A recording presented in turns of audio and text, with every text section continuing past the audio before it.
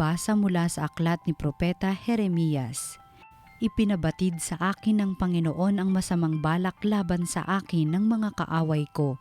Ako'y parang maamong tupang dinadala sa patayan at hindi ko nalalamang may masamang balak pala sila sa akin.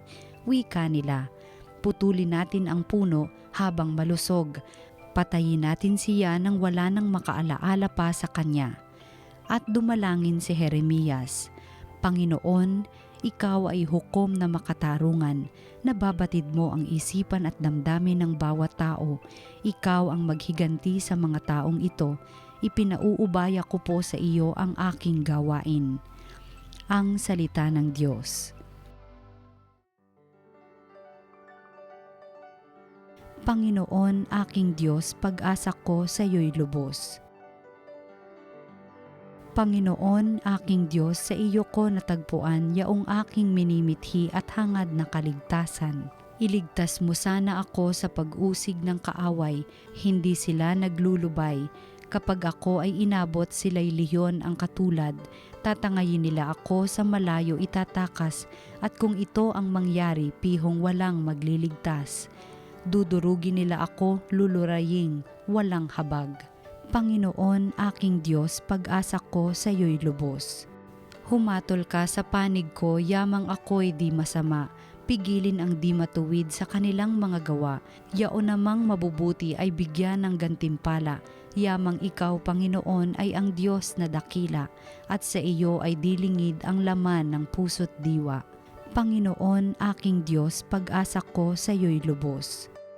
Ikaw rin po, Panginoon, ang sa akin nag-iingat. Ang lahat ng masunurin sa iyo ay naliligtas. Ikaw ang Diyos na matuwid, isang hukom na matapat, laging handang magparusa sa sino mang gaway linsad. Panginoon, aking Diyos, pag-asa ko sa iyo'y lubos. Ang mabuting balita ng Panginoon ayon kay San Juan. Noong panahong iyon, marami sa mga nakarinig kay Jesus ang nagsabi, tunay ngang ito ang propetang hinihintay natin. Ito nga ang Mesiyas, sabi ng iba. Ngunit sumagot naman ang iba pa. Maaari bang magmula sa Galilea ang Mesiyas? Hindi ba sinabi ng kasulatan na magmumula ang Mesiyas sa lipi ni David at sa Bethlehem na bayan ni David ipanganganak? Magkakaiba ang palagay ng mga tao tungkol sa kanya. Ibig ng ilan na dakpin siya, ngunit wala namang nangahas humuli sa kanya. Ang mga kawal na bantay sa templo ay nagbalik sa mga punong saserdote at sa mga pariseyo. Bakit hindi ninyo siya dinala rito? Tanong nila sa mga bantay.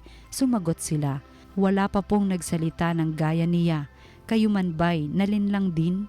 Tanong ng mga pariseyo. Mayroon bang pinuno o pariseyong naniniwala sa kanya? Wala.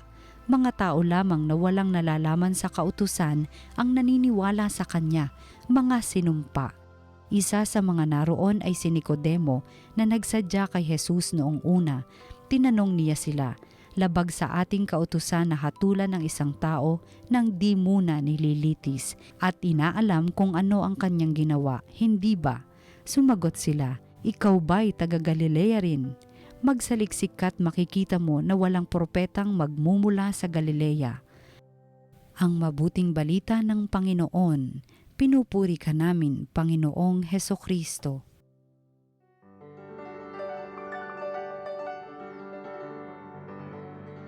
Isang mapagpalang araw sa ating lahat. Sa ating ebanghelyo, narinig ninyo, may nagpunta at tinatanong kung sino ang ating Panginoon at ang sabi nila, marahil siya ay isang propeta.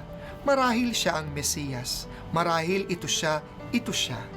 Alam nyo, nagpadala din ang mga punong pari ng mga sundalo upang arestuhin itong nagpapanggap nga na akala nila'y nagpapanggap na Panginoon at Mesiyas. Pero hindi inaresto ng mga sundalo sapagkat nung narinig nila, ang tangi lang nilang nasabi, wala pa po kaming narinig na ganoon at sa aming pakikinig, wari namin, siya nga po. Siya nga po. At ano ang sabi ng mga punong pari? Mga hangal, pati ba naman kayo nagpaloko rin? Alam niyo po na hindi maitatago ang katunayan kung sino ang ating Panginoon. Hindi siya nagpapanggap na propeta. di nagpanggap na Mesiyas. Ginawa lang niya ang atas ng kanyang ama sa kanya at yun ay magpatotoo sa kanyang mensahe. Walang pagkukunwari at hindi ito for show or for theatrical effect lang, kung hindi makatotohanan.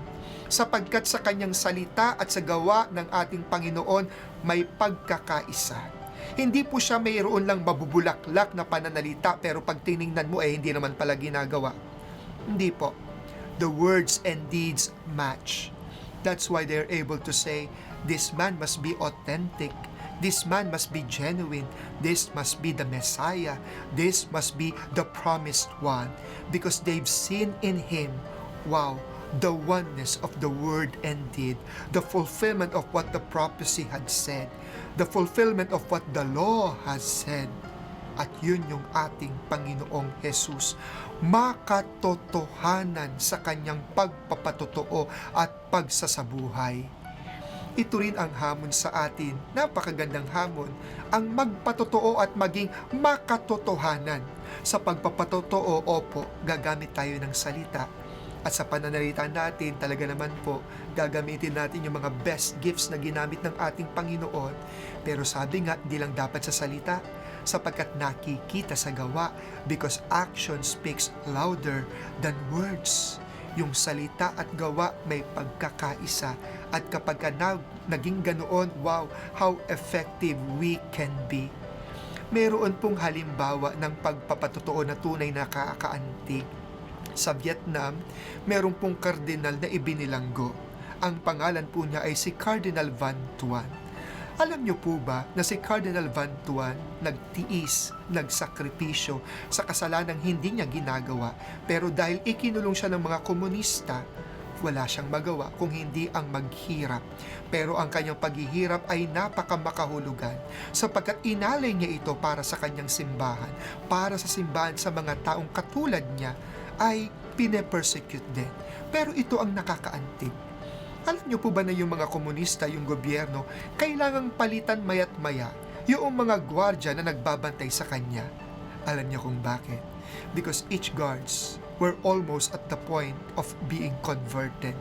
Marami sa mga nakarinig, marami sa mga nakasaksi, marami sa mga nagbantay kay Cardinal Van Tuan, ang tunay na nagsabing, totoong tao, totoong Kristiyano, mabuti. At dahil sa kabutihan na ipinakikita ni Cardinal Van Tuan, maging yung nagbabantay, gustong magpabinyag. Maging yung nagbabantay, gustong maging Kristiyano o gustong sundin kung anumang pananampalataya mayroon si Cardinal Van Tuan, sapagkat nakakitaan nila ng mabuting pagsaksi sa pananampalataya sa ating Panginoong Hesu Kristo. Alam nyo, napakaganda sapagkat maraming testimonya ang lumalabas paukol kay Cardinal Van Tuan na nagsasabing tunay siyang banal at tunay na napakabuti. Sa ating ebanghelyo at dito sa halimbawang aking nabanggit, isa po ang paghamon talaga, maging makatotohanan sa ating pagpapatotoo. Sapagkat kung ating isinasabuhay, talaga naman po, madali pong mangumbinsi, madali po talagang magpatotoo. Isang paghamon, kunwari isa kang magulang at sasabihin mo sa mga anak mo, anak, I care for you don't smoke. And yet here you are, you continue to smoke. And anong rason mo? Wag mo na akong gayahin. Matanda na ako, mamamatay na ako. Ayaw kitang mamatay, kaya sabi ko, wag kang manigarilyo. That wouldn't be effective. Because it would be more effective if you are not smoking and you're telling them you do not smoke. That will be more convincing. Just like at home. Alam nyo sa amin, hindi kami palamura. Bakit? Abay, hindi kami minura ng mami namin. Kaya hindi namin mataim magmura. Pumunta kayo sa mga bahay na kung saan mga bata palang palamura na. Bakit? Sapagkat yun ang naririnig, mura, mura, mura. Kaya't kahit anong sabihin mong, huwag kang magmura! Pero kung puro mura ang naririnig, hindi effective. Katulad din kamo sa pagiging tapat. Pwede mo laging sermonan, ay, wag kang magnanakaw ha, maging tapat ka. Dapat transparent sapagkat nakakahiya. Nakakahiya ang magnanakaw. Yun pala, yung kuryente nakatap. Yung TV nakatap. Lahat ng pwedeng itap, tinap na. At tatanungin, paano po iyon? Ay, ibang usapan iyon. Hindi naman yun hindi kaya nakaw din yun eh. Kung gusto nating tunay na maging makatotohanan, di lang sa salita, kung hindi tunay na nakikita sa diwa, sa ating Panginoon, kaya tayo'y bilib na bilib at tayong lahat ay umuoo at sumasampalataya sapagkat may pagkakaisa ang salita at gawa. Naway maging hamon ito sa ating ngayong araw na ito upang tingnan natin ang ating mabubulaklak na pananalita at ang buhay na ating ginagampanan. Nawa magkaroon ng pagkakaisa. Amen.